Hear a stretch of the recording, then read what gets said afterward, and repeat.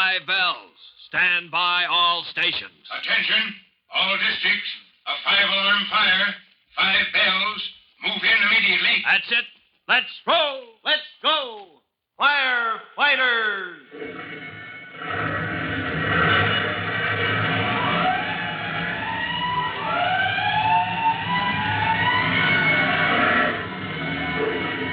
Presenting Firefighters, the true-to-life story of our unsung heroes who stand ready to ride by day or night against our most murderous enemy, the demon of fire.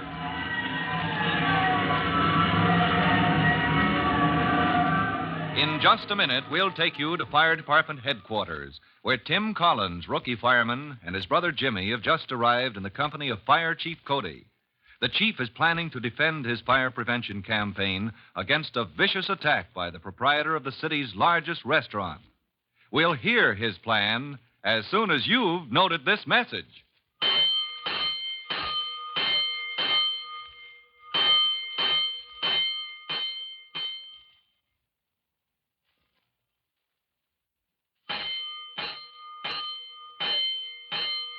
Let's go, firefighters. Let's go to Fire Department headquarters, to the private office of Chief Cody. Tim Collins, rookie fireman, and his brother Jimmy sit in silence while their friend Chief Cody stands looking out the window until suddenly 14-year-old Jimmy bursts into speech. Gosh, I don't see what you're both so gloomy about. You don't? When this man Lippett is out to get Chief Cody? Jimmy, you're a little young to understand the spot I'm in.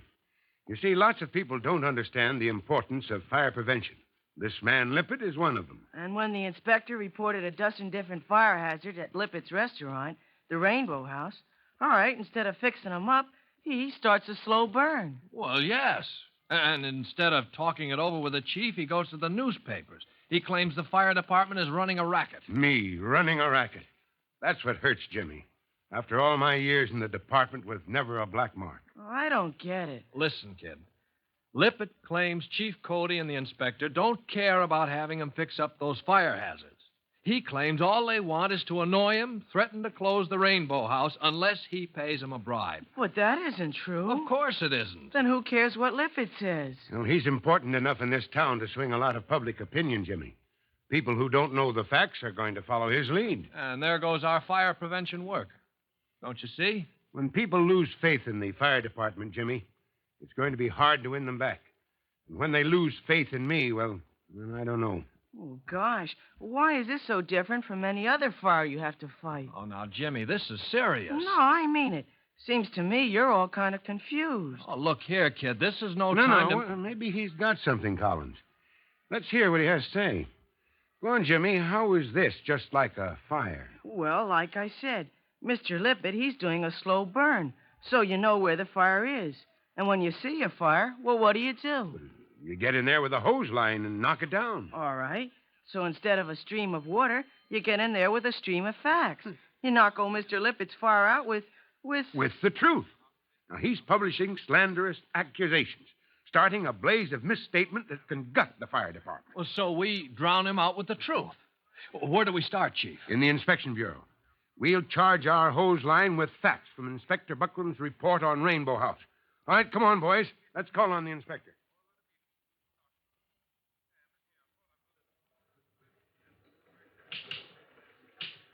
There's Inspector Buckram, Chief Cody. Hey, look at him type with one finger. The old hunt and peck system, Jimmy. But he turns out some mighty fine reports. Oh, Inspector Buckram, could we interrupt you? Oh, yes, sir, Chief. Sit down, Inspector. We've got a little problem on our hands. Yes, sir. Rainbow House? Rainbow House it is. Now, department policy is to keep all inspection reports confidential. That's right, sir. And you're famous for that golden silence, Inspector. Oh, hello, Hooksy. Oh, you know Collins, Inspector. Well, this is his brother, Jimmy. Hello, Jimmy. Hi. It's all right for you to talk freely in front of these two. Right, sir. Now, here's the size-up on the fire we've got to fight. Lippett at Rainbow House is out to embarrass the department. Now, we've got to fight back. But our hands are tied because department policy is to embarrass no private citizen if we can avoid it. No hearing? Oh, yes, Lippett is demanding a hearing, but But he's fighting his case in the papers in advance.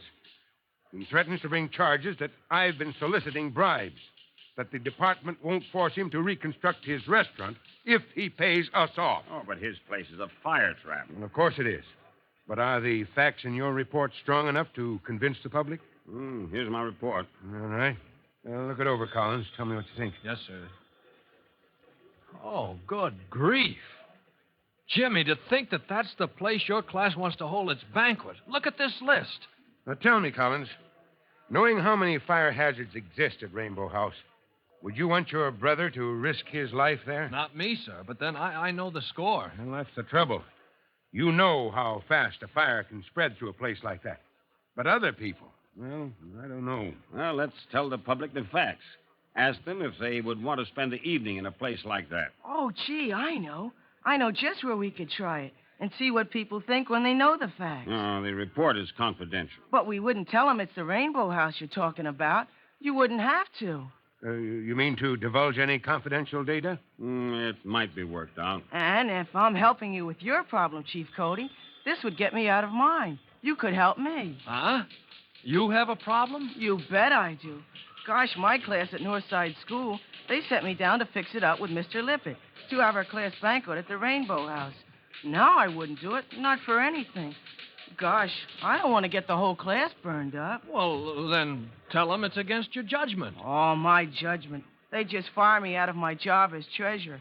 Go ahead and have their banquet there anyway. But if Inspector Buckram would back me up... A Firefighters brigade? Well, why not? Inspector, that Firefighters brigade is a smart crowd. I'll call a special meeting for tomorrow. Look, that'll be a test, won't it? That'll show what people think when you tell them about the facts about a bad fire hazard. Jimmy, we'll do it.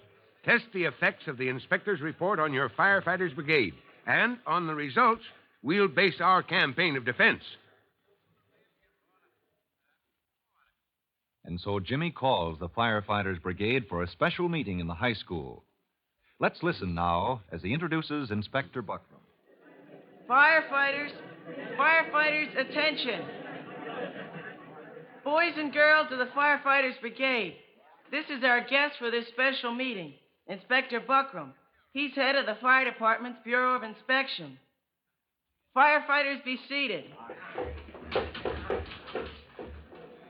Inspector Buckram, sir, may we have your report? Boys and girls, I have here a sample report, and I'd like to know what you think of it. Inspector. Yes, Jimmy? I wanted to tell them. This is a report on a certain restaurant, a sort of big nightclub. And they have rooms upstairs you can rent, well, for banquets and stuff. That's right. Now, never mind what the name is. It's a pretty well-known place. Maybe 1,000 people in and out every evening. Now, here is our inspector report on fire hazards. Such and such a restaurant, such and such a date. Doors, not enough escape doors direct to street. Doors open inwards, not outwards. Now, in case of fire, these doors will get jammed. Folks won't be able to get out.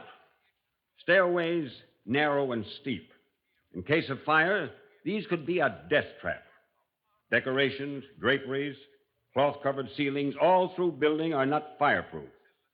If somebody drops a lighted match or a cigarette, we would have a serious fire on our hands with possible loss of life. That gives us the idea, Inspector. Want me to tell you about the kitchen?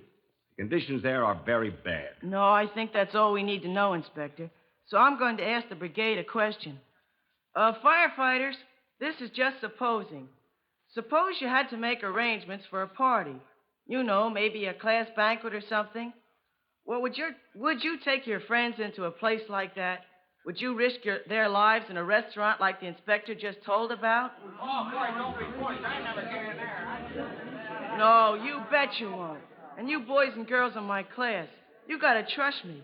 You gotta trust me when I say there's a reason we can't have our class banquet at the Rainbow House. Later that day, Jimmy makes his report on the Firefighters Brigade meeting to Chief Cody. Gee, Chief Cody, if you could have heard them, you'd think I was trying to make them have the banquet in that old fire trap, the way they yelled at me. That's so, Inspector Buckram? It was a fair test of what kind of reaction we could expect from the public? Yes, sir. If you tell the public the facts, you'll have no trouble. Great billows of smoke. That's just what we'll do. Jimmy, get busy with that telephone. Sir, the telephone? Go on, get busy. Hello? Oh, the switchboard. Chief, it's the switchboard downstairs. Gosh, what number do I want? Tell him to get the editor of the Daily News. You've got a story to release to all the papers in town. Well, you can't blame Jimmy Collins for being startled when Chief Cody orders him to phone the editor of the Daily News. But Jimmy is right in the thick of Chief Cody's fight to defend the fire department. And this is the first step of the Chief's counterattack against the forces that have made serious charges against him. For his statement to the newspapers, listen to our next true-to-life episode of The Firefighters. In just a moment, Chief Bob Cody will tell you, boys and girls, how you can help the firefighters in your own town. But first, here's a message you ought to hear. And now, Chief Bob Cody with a special assignment for the Firefighters Brigade. Chief Cody. Boys and girls, this is your friend Chief Cody with your special assignment. Firefighters, attention. Each of you is to take special note of the doors, the outside doors that lead to the exterior of your school, the theaters you attend, and other places where people get together. Remember, these doors should open outward, so that in case of emergency, people can escape from the building without danger of being trapped by a door that refuses to open. Make special note of these doors, and you'll know that escape doors opening outward are one sign of a safe building. That is all. Goodbye for now. Fire Chief Cody and the young rookie fireman Tim Collins will be back on the same station the next time you hear... That's it. Let's roll!